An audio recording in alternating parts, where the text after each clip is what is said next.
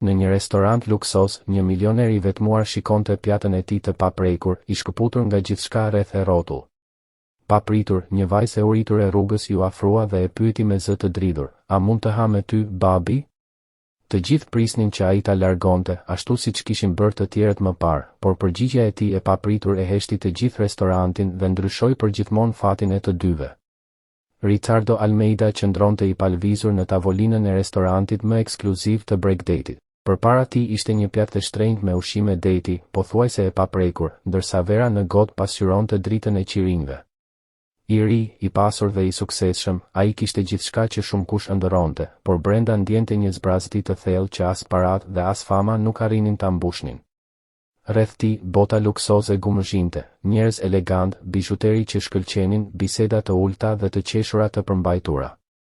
Por jashtë, vetëm pak metra larg, ekzistonte një realitet tjetër, ai i urisë, varfërisë dhe fëmijëve që luftonin për të mbijetuar. Julia, një vajzë e vogël me sy të mëdhenj dhe të trishtuar, e vështronte restorantin prej kohësh. Kishte ditë pa ngrënë siç duhet. Rrobat e saj ishin të vjetra dhe këmbët i kishte zbathur. Një roje e kishte përzënë më parë, por uria ishte më e fortë se frika. Kur pa tavolinën e Ricardos, plot me ushqim të paprekur, ndjeu një shpresë të vogël të ndizet brenda saj. Me zemrën që i rrite fort, ajo u afrua. Klientët u tronditën. Disa u indinjuan, të tjerë u përpoqën të thërrisnin kamerierin. Menaxheri u drejtua për ta larguar, por Julia, para se dikush ta ndalte, u ndal pranë tavolinës së Ricardos. Ai ngriti sytë dhe e pa për herë të parë. Ajo e shikoi drejtë në sy dhe tha fjalët që i dolën nga shpirti: "A mund të ha me ty, babi?" Në restorant ra heshtje. Fjala babi u përhap si një jehon e fuqishme. Menaxheri u përpoq ta largonte, por Ricardo ngriti dorën dhe tha me zë të qetë, por të vendosur: "Prisni." Ai u përkul në nivelin e vajzës dhe e pyeti pse e kishte quajtur ashtu. Julia u përgjigj me sinqeritet fëmijëror: "Sepse ti dukesh i mirë si babai im ishte, dhe sepse jam shumë e uritur." Diçka u thye brenda Ricardos. Ai pa përtej rrobave të grisura dhe fytyrës së ndotur. Pa një fëmijë të vetëm, të uritur, që kërkonte vetëm pak ngrohtësi dhe ushqim. Ai urdhëroi kamerierin t'i sillte bukë, supë dhe lëng. Murmurima u përhapën mes klientëve, disa të pakënaqur, të tjerë të prekur. Ricardo e ftoi vajzën të ulej pranë tij. Ajo u ngjit me ndrojtje në karrige, duke e shikuar sikur të mos besonte se kjo po ndodhte vërtet. Kur mori copën e parë të bukës, syt ju mbushën me lodh. "Është si buka që bënte mamaja ime," tha me zë të ulët. Ai mësoi se nëna e saj kishte vdekur dhe se babai e kishte braktisur. Julia flinte në një shkallë ose në plazh. E tregonte këtë me një qetësi që nuk i përkiste moshës së saj. Çdo fjalë ishte si një thik në zemrën e Ricardos. Ndërsa ajo hante supën me kujdes duke imituar mënyrën si ai përdorte lugën, Ricardo ndjeu se po shihte botën me sy të rinj. Klientët përreth shikonin me përbuzje ose keqardhje. Disa kërkuan të ndërronin tavolinë, sikur varfëria të ishte diçka ngjitse. Por për herë të parë, Ricardo nuk u turpërua. Ai u zemërua me një shoqëri që i largonte fëmijët e uritur nga tryezat e bollkut. Kur menaxheri u përpoq t'i kujtonte rregullat dhe imazhin e lokalit, Ricardo ju përgjigj qetë, por prerë, se imazhi i vërtet i një vendi matet nga mënyra se si trajton më të dobëtit. Ai e ndihmoi Julian të shkonte të lante duart dhe fytyrën. Kur u kthye, e pastër dhe me flokët pak të rregulluar, ajo dukej edhe më e brish. Ricardo e pa dhe mendoi se sa e padrejt ishte jeta për një fëmijë që duhej të rritej kaq shpejt. Ndërsa ajo vazhdonte të hante, ai e pyeti për ëndrat e saj. Julia tha se donte vetëm të kishte një shtëpi, një shtrat dhe dikë që ta priste. Kaq e thjesht, aq e thellë.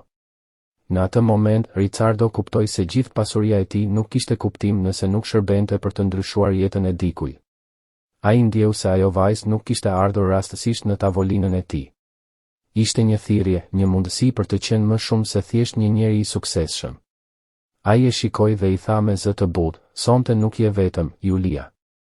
Vajza e pa me sytë plot shpresë dhe përsëri fjalën që kishte tronditur të gjithë: "Faleminderit, babi." Dhe për herë të parë pas shumë vitesh, Ricardo ndjeu se ajo fjalë nuk i dukej më e huaj. Në zemrën e tij lindi diçka e re, një ndjenjë përgjegjësie, dashurie dhe qëllimi që asnjë sukses financiar nuk ja kishte dhënë kurrë. "Qiell," tha Ricardo me kujdes. Ka kaluar shumë kohë? Ilia përtypi pak para se të përgjigjej. 1 vit, mendoj. Ajo u sëmur shumë. Jetonim në një shtëpi të vogël pranë plazhit. Pas kësaj, babai im u bë shumë i trishtuar dhe shumë i zemëruar. Filloi të pinte atë ujin që i bën njerëzit të çuditshëm. Çaçaça, sugjeroi Ricardo. Po, pikërisht, pinte shumë dhe nganjëherë harronte të blinte ushqim, vazhdoi Ilia me sinqeritetin e drejtpërdrejtë të një fëmije. Një ditë tha se do të dilte të blinte cigare dhe nuk u kthye më kurrë. E prita për një kohë të gjatë. Ricardo ndjeu një ny në fy. Nuk kishte askënd që ta ndihmonte atë fëmijë. Nuk kishe asnjë të afërm, asnjë fëmijë? Ishte zonja Zefa, fëmija jon. Ajo më jepte ndonjëherë ushqim, por edhe ajo u sëmur dhe shkoi në spital. Ilia ngriti supet. Pastaj pronari i shtëpisë tha se nuk ishte paguar qiraja dhe unë duhej të largohesha. Historia, e treguar kaq thjesht, e mbushi Ricardon me zemërim ndaj një sistemi që lejonte një fëmijë të humbiste në harres. Po shkolla. Shkoje në shkollë? Po, u gjallërua pak ajo. Më pëlqente shumë. Mësuesja Analcia ishte shumë e mirë. Por kur mbeta pa shtëpi, më vinte turp të shkoja gjithë hendotur. Çdo fjalë ishte një therje në zemër për Ricardon. Sa herë kishte kaluar pranë fëmijëve të rrugës pa i parë vërtet? Ti di të lexosh, e pyeti. Fytyra e Ilias u ndriçua. Po. Isha më e mira në klasë, të paktën kështu thoshte mësuesja. Një heshtje e qetë u vendos mes tyre. Për herë të parë pas shumë vitesh, Ricardo nuk ndiu nevojë të kontrollonte telefonin apo të mendonte për punë. Ishte plotësisht i pranishëm. Ti ke fëmijë? E pyeti papritur Ilia. Jo, nuk kam. Pse? Ai hezitoi. Të gjitha justifikimet e vjetra i dukeshin bosh. Ndoshta sepse nuk gjeta kur personin e duhur për të ndërtuar një familje. Nëna ime thoshte se familja nuk ka nevojë të jetë e gjakut, tha Ilia me një mençuri që nuk i përkiste moshës së saj. Familje është ai që kujdeset për ty dhe që ti e do. Fjalët e saj e prekën thellë. Ai jetonte i rrethuar nga njerëz, por i vetmuar në shpirt. Në atë moment, asistenti i tij, Antonio, i dërgoi një mesazh se po mbërrinte me blerjet. Ricardo kërkoi leje për një çast dhe doli ta takonte. Kam bler rroba, këpucë dhe gjëra higjiene për një vajzë, i tha Antonio. Shkëlqyeshëm. Përgatit edhe dhomën e mysafirëve. Ajo do të qëndrojë me ne. Kur u kthye në tavolinë, pa Ilian duke shijuar një lugë të vogël akulloreje me syt mbyllur nga kënaqësia. Ky është dita më e bukur e jetës sime, tha ajo. Ricardo buzëqeshi dhe i tregoi qeset. Jam për ty. Për mua? Dhurata? Po, sepse mendova se të duheshin. Kur hapi kutinë e parë, gjeti një palë atlete që ndizeshin me drita. Ilia kërceu nga gëzimi. Pastaj pan rroba, pijama, çorape, një pallto dhe një fustan blu me lule të vogla. Është fustani më i bukur në botë, përshpëriti ajo. Në një qese tjetër kishte furç dhëmbësh, shampo, sapun me forma kafshësh. Është e gjitha e imja? Po, e gjitha. Ricardo u mendua për një çast dhe pastaj tha me butësi, nuk ke një vend ku të qëndrosh tani, apo jo? Ilia u bë serioze. Unë kam një shtëpi të madhe me shumë dhoma bosh. Do të doje të vije të rish me mua, të paktën për tani? Ajo e shikoi gjatë, si për të siguruar që nuk po gënjente. Vërtet? Vërtet. Lotët i rëshitën në faqe dhe ajo e përqafoi fort. Faleminderit. Ricardo e përqafoi dhe ndjeu diçka të zgjoi në zemrën e tij. Do të shkojmë në shtëpi? E pyeti ai. Po, tha ajo, duke mbajtur fort qesen me fustanin blu. Në makinë, Ilia shikonte dritat e qytetit si një botë magjike. Shtëpia jote është e madhe? Mjaftueshëm e madhe për ne të dy. Ka televizor? Ka vask? Ka të dyja. Ajo u mahni. Unë kur nuk kam bërë banjë në vask. Kur mbërritën në apartamentin e madh, Ilia përshpëriti, ti jeton në një pallat. Është vetëm një shtëpi e madhe, tha ai, duke u ndjer disi në siklet nga luksi. Guvernantja, Sandra, i priti me ngrohtësi. Kjo është Ilia, tha Ricardo. Ajo do të qëndrojë me ne. Sandra u përkul dhe i buzëqeshi vajzës. Mirë se erdhe, e dashur. Ajo e çoi për të bërë një banjë të ngrohtë. Para se të largohej, Ilia u kthye dhe e pyeti me zë të vogël, "Kjo nuk është ëndër, apo jo?" "Jo, nuk është ëndër," ju përgjigj Ricardo me zë të ngrohtë. Kur mbeti vetëm, ai ul në divan duke menduar se si jeta e tij e rregullt ishte përmbysur nga një vajzë e vogël e uritur. Dhe për herë të parë pas shumë vitesh, ai ndjeu se po jetonte vërtet. Shpejt, Ricardo u drejtua nga dhoma e miqve, ku ishte vendosur Ilia. U ndal para derës me hezitim. Po sikur të kishte ikur gjatë natës? Po sikur gjithçka të ishte një mashtrim i ndërlikuar? Vite skepticizmi në biznes e kishin mësuar të dyshonte në situata të jashtëzakonshme. Trokit lehtë në derë. Asnjë përgjigje. Trokit sërish, pak më fort. Heshtja vazhdoi. Me zemrën që i rrite fort, Ricardo ktheu dorezën dhe e hapi derën ngadalë. Pamja që pa ja shpërndau menjëherë të gjitha dyshimet. Ilia flinte thellë në shtratin e madh, thuajse e humbur mes jashtëkëve dhe çarçafëve të bardhë. Kishte veshur një nga pijamet e reja, atë roz me figura një brirësh, dhe fytyra e saj ishte plotësisht e qetë në gjumë.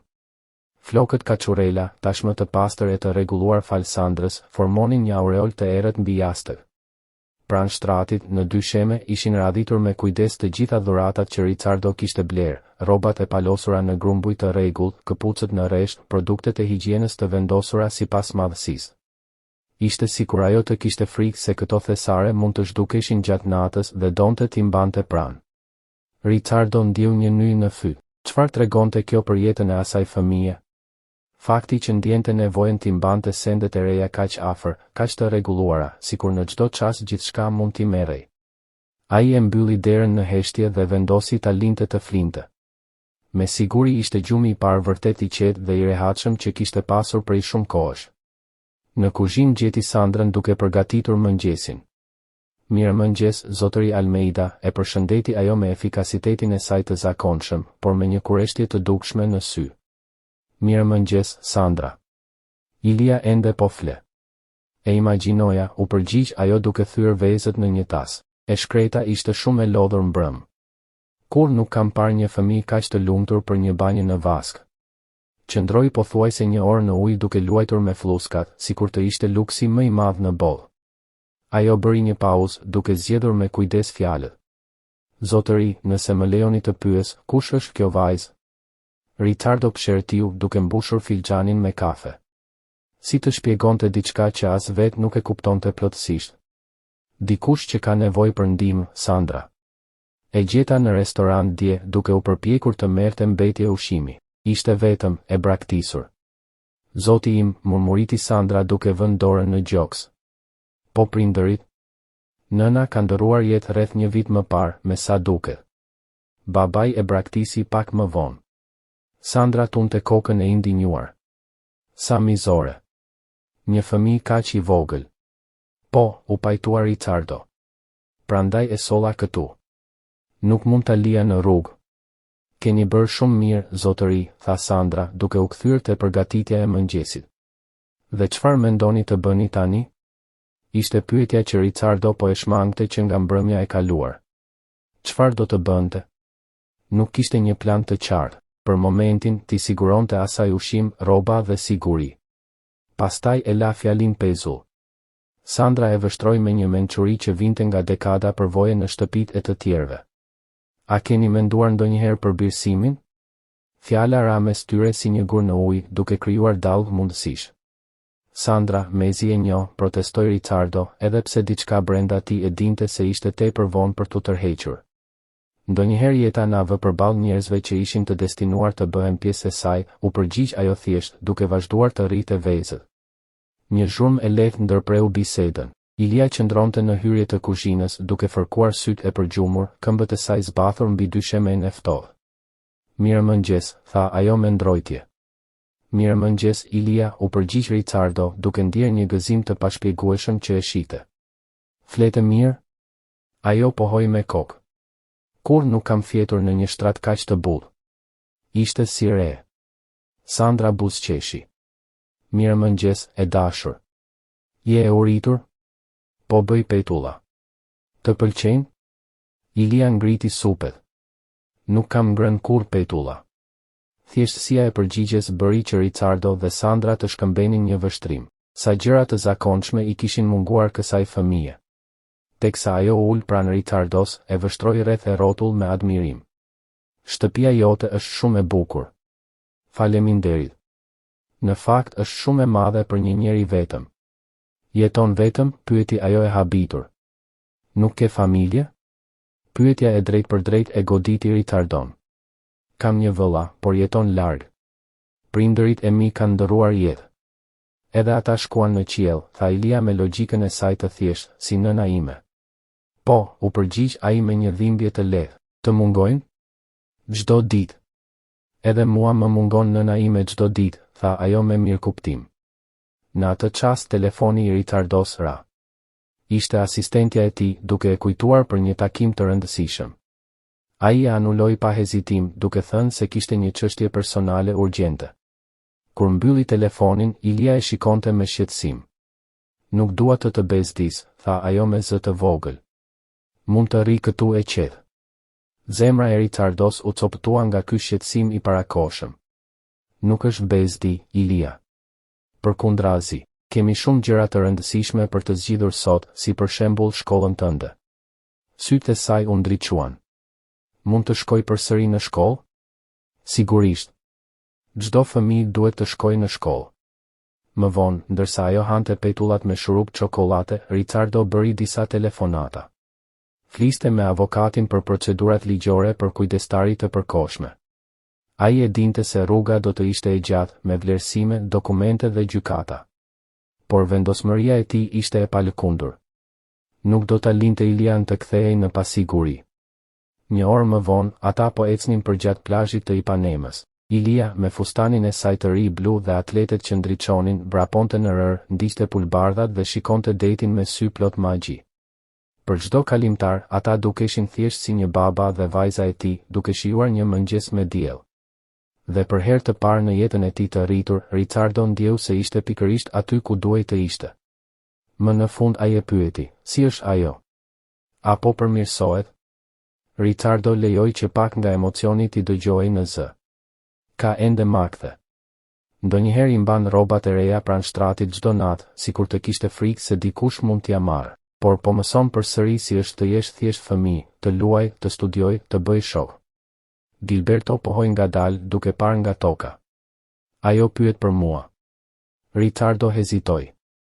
Ndonjëherë ajo flet për kohët kur ti dhe nëna e saj ishit të lumtur bashkë, para se gjithçka të ndryshonte. Isnim vërtet, murmuriti Gilberto. Mariana ishte dashuria e jetës sime. Kur ajo u largua, diçka brenda meje u thye. Nuk mund ta shikoja Ilian pa e parë Marianën tek ajo. Ishte shumë e dhimbshme. Për një çast, Ricardo ndiu një ndjesi të papritur empatie. Mund ta imagjinonte dhimbjen e humbjes së dikujt që doi aq shumë dhe barën për të rritur një fëmijë që të kujtonte vazhdimisht atë humbje. E kuptoj dhimbjen tënde, tha ai me sinqeritet. Por Ilia nuk kishte faj. Ajo humbi nënën dhe pastaj humbi edhe baban. E di, pranoi Gilberto me zë të dridhur. E di që kam dështuar. Nuk e meritoj të quhem baba. Ai ngriti syt, të mbushur me lodh. Ajo është vërtet mirë me ty? Është e lumtur? Po fillon të jetë, u përgjigj Ricardo. Çdo ditë mëson të besoj sërish, të ndihet e sigurt. Gilberto mori frym thellë, sikur të merrte një vendim të vështirë. Çfarë duhet të bëj për atë heqje dorë që përmende? Ricardo ndjeu një val lehtësimi. Avokati im do të përgatisë dokumentet. Do të heqësh dorë ligjërisht nga të drejtat prindërore që procesi i birësimit të vazhdojë pa pengesa. Dhe nuk do ta shoh më kurrë Ilian? Kjo do të varet nga ajo kur të rritet, tha Ricardo me ndershmëri. Për tani, mendoj se është më mirë të mos trazohet stabiliteti që po fillon të ndërtojë. Por në të ardhmen, nëse ajo dëshiron të njohë, nuk do ta pengoj. Gilberto pohoi ngadalë, duket e drejtë. Mund të takohemi javën tjetër për të nënshkruar gjithçka. Kaluan muaj që nga ajo ditë vendimtare në restoran. Jeta e Ricardos dhe Elias kishte hyrë në një ritëm të qetë e të ngrohtë, shkollë, terapi, fundjava plot shëtitje, kinema për fëmijë dhe lojra tavoline. Apartamenti i madh ishte mbushur me ngjyra, libra, lodra dhe të qeshura. Aty ku dikur kishte heshtje, tani kishte jetë. Një pasdite të diel, pas një shëtitjeje me biciklet, portieri i njoftoi se vëllai i Ricardos, Paulo, po i priste. Takimi mes vëllezërve u shoqërua me habi, emocione dhe një ndjenjë të re afrimi. Ilia, me sinqeritetin e saj fëmijëror, i mësoi të dy se familja nuk është vetëm gjak, por zgjedhje dhe dashuri. Më vonë, para gjumit, ajo e pyeti Ricardon me zë të butë, kur birësimi të mbaroi, a mund të quaj baba? Ricardo u mbush me lodh. Asgjë nuk do të më bënte më të lumtur. Do të ishte nderi më i madh i jetës sime. Ata premtuan me gishtin e vogël. Natën e mirë, baba, përshpëriti Ilia. Natën e mirë, bia ime, u përgjigj ai, duke ndjerë se fjala ishte e re, por e përkryer. Më vonë, në një mëngjes pranvere, përpara gjykatëses, birësimi u bë zyrtar. Ilia mori mbiemrin e Ricardos dhe u hodh në krahët e tij. Tani jemi familje për të vërtet, tha ajo. Gjithmonë kemi qenë, i u përgjigj ai. Duke dalë nga gjykata, Ricardo mendoi për pyetjen e thjeshtë që kishte ndryshuar gjithçka. A mund të ha me ty, babi? Një pyetje që solli një mrekulli të përditshme, një familje të re dhe një dashuri që nuk varet nga gjaku, por nga zgjedhja.